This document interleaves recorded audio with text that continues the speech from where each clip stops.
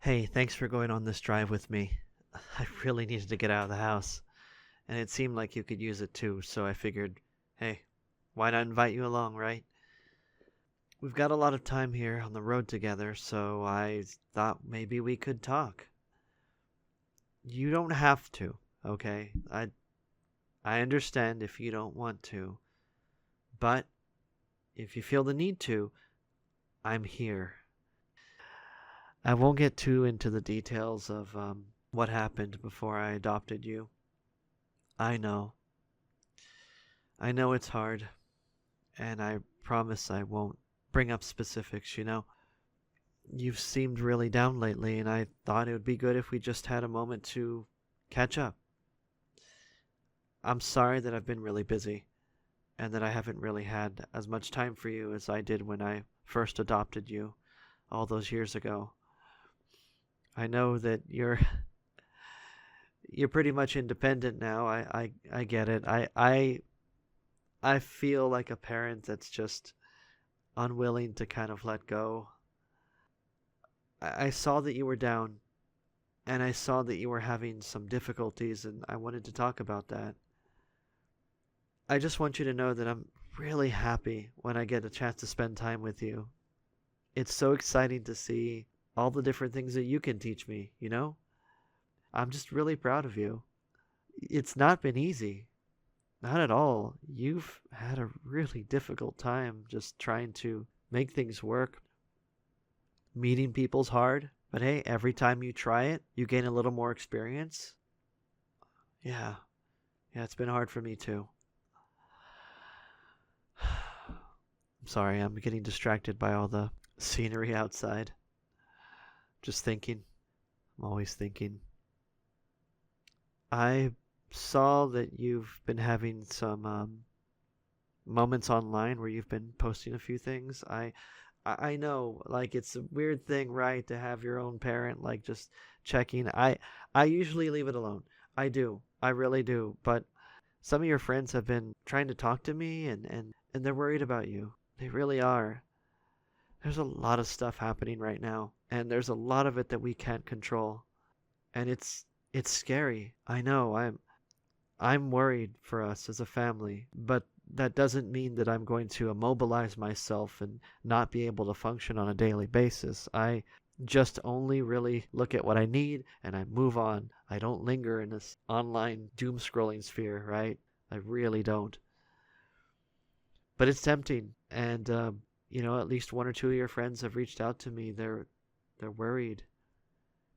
Which, by the way, hey, you've got people that care about you. I know I do. I want to make sure that you know that you have a place to go to. Whatever happened in the past, whatever type of disappointments that you experienced, you can come to me. You can talk to me. I don't ever want you to think that you're going to experience some sort of punishment because you said something that I apparently don't like. It's not about that. I'm worried about you. I want to make sure that you're protected, you're taken care of. I'm always going to be your parent. I'm always going to be there for you. And all you need to do is just, pick up the phone and call me or text me or just literally direct message me on social media. You're already there anyway, you know? I'm sorry about what happened to you. The way that your previous family treated you, no one deserved that. No one. I know what it's like to have that voice in your head that tells you what happens to you is justified. I've heard that voice for decades in my own head. I hate to say this, but it never seems to fully go away, but it does get less prominent. I have pushed it back to just the furthest point that I can, and I remind myself that, hey, I'm worth it. I've accomplished a lot, and whoever in the past treated me like I deserved whatever happened, I don't listen to those voices. I don't most of the time. I mean, yes, sometimes they do get to me. Sometimes it hurts. It feels like I'm being attacked by some doppelganger of the people that I met in the past, and it's can be scary, you know? You've seen me when I'm at home and I'm either watching TV or sitting there in front of the computer, and I'm just kind of staring into space. I'm aware of what's around me mostly, right? I dissociate. I sometimes see or quote unquote hear, in my mind's eye what happened in the past. It's hard to tell what's happening until it's over. These episodes of trauma that just flash again and just constantly come back over and over again. I know what that's like, to be ensnared by the memories and have to find your way out again over and over, sometimes every day for who knows how many weeks or months at a time. It's like living two different types of lives. You've got this life where you're part of our family now, and you mean so much to me and my partner, and also the other family members that we have too, the extended family. We care so much about you, and you deserve that love. You really do. And then there's these memories that pop up, right? I can see it on you. I can see the same look in your eyes when you're sitting by yourself, when I pass your room, right? And I see that expression. It's the same one I have. It seems to be universal. 1,000-yard stare, right? And then the memories come flooding back, and they're right there. They're right there, as though it was a stage play that you had been pulled up onto the stage out of the audience, and now you're having to perform the same lines you've always said in the past, and you know that's what it is, and you feel it, and you're tired of it, but it keeps happening. And I know it happens to you too, because it definitely happens to me.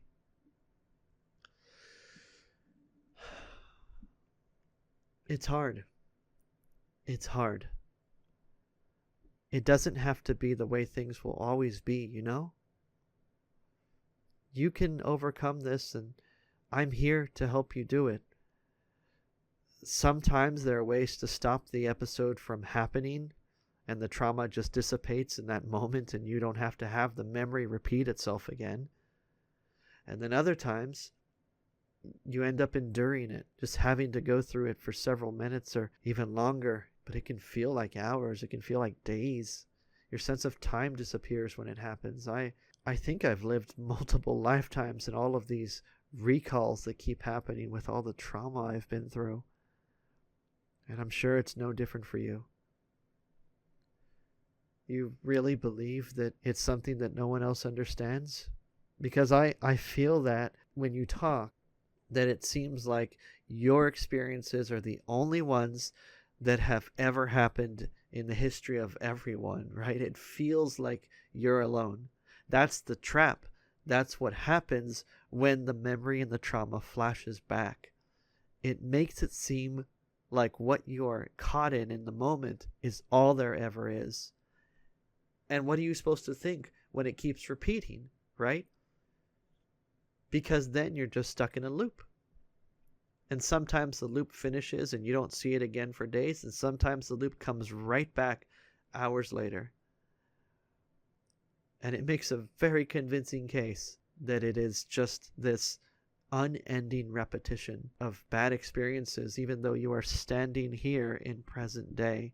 You are here with your friends and your family and your life and your opportunities to make things better. Because you have those. And that is what the trap is about.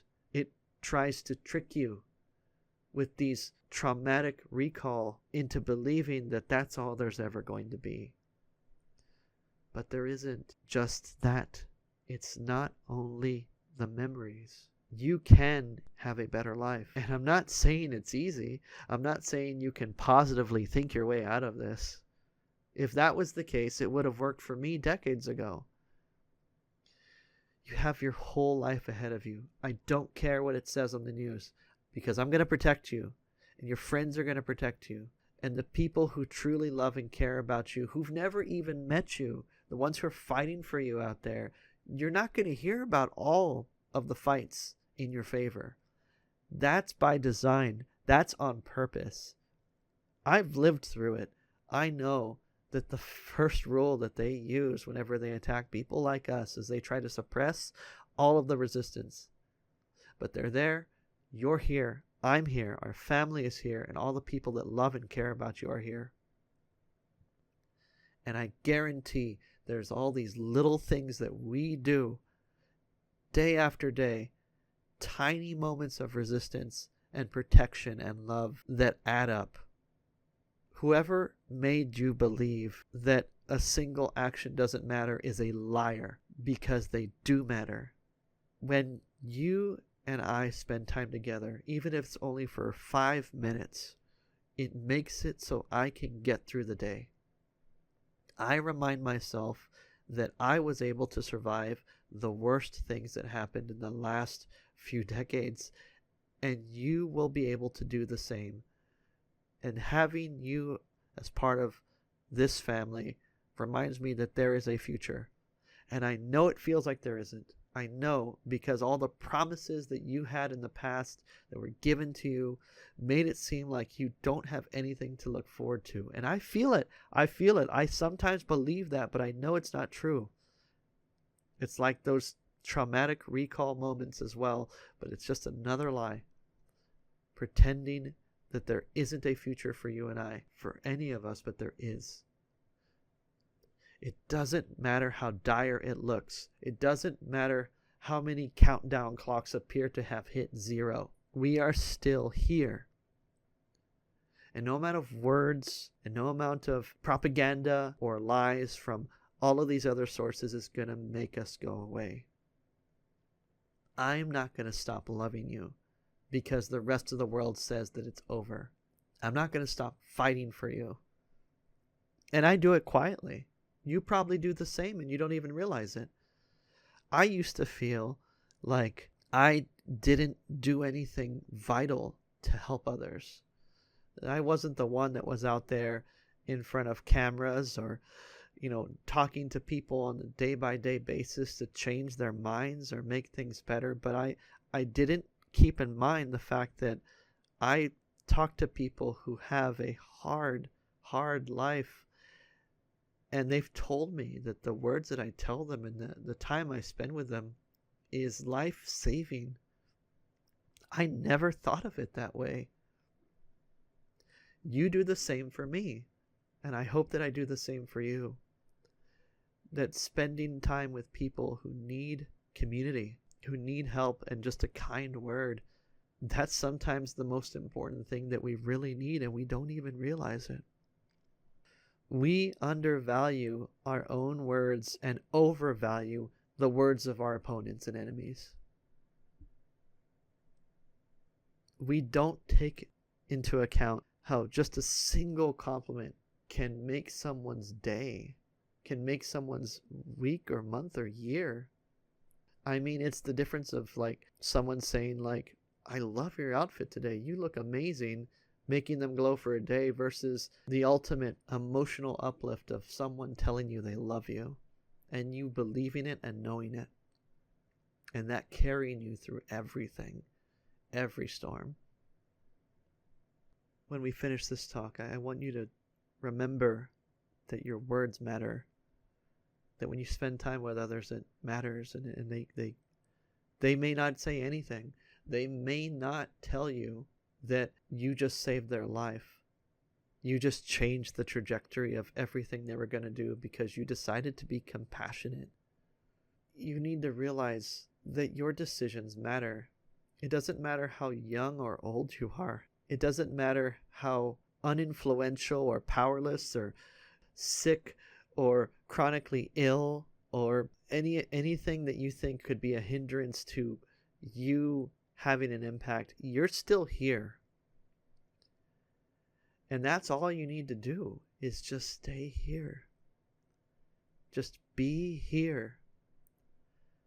And you will change people's lives by your presence alone. You can do it. I know you can. And I'm not asking you to change the world. I'm just asking you to live. No matter what other people try and tell you, stop giving their words so much power and give yours more. Give your words the power they deserve. It's not going to be an instant change. You can do it. You can do it. I believe in you.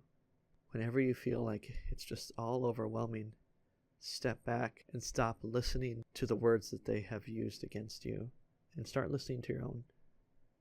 You matter. You really do. You deserve love. You deserve a future. You deserve happiness. And whatever promises were made to you that were not fulfilled, let's make new ones together. Let's start with something small and work from there. You don't have to plan how to change the world. You just have to work on yourself, and the rest will follow. So let's just spend some time writing together. You don't have to say anything. You don't have to respond. It's okay. I'm just happy to be with you. I'm happy you're here. I'm happy you're a part of this world. Just want you to know that I care about you. I really do. Okay?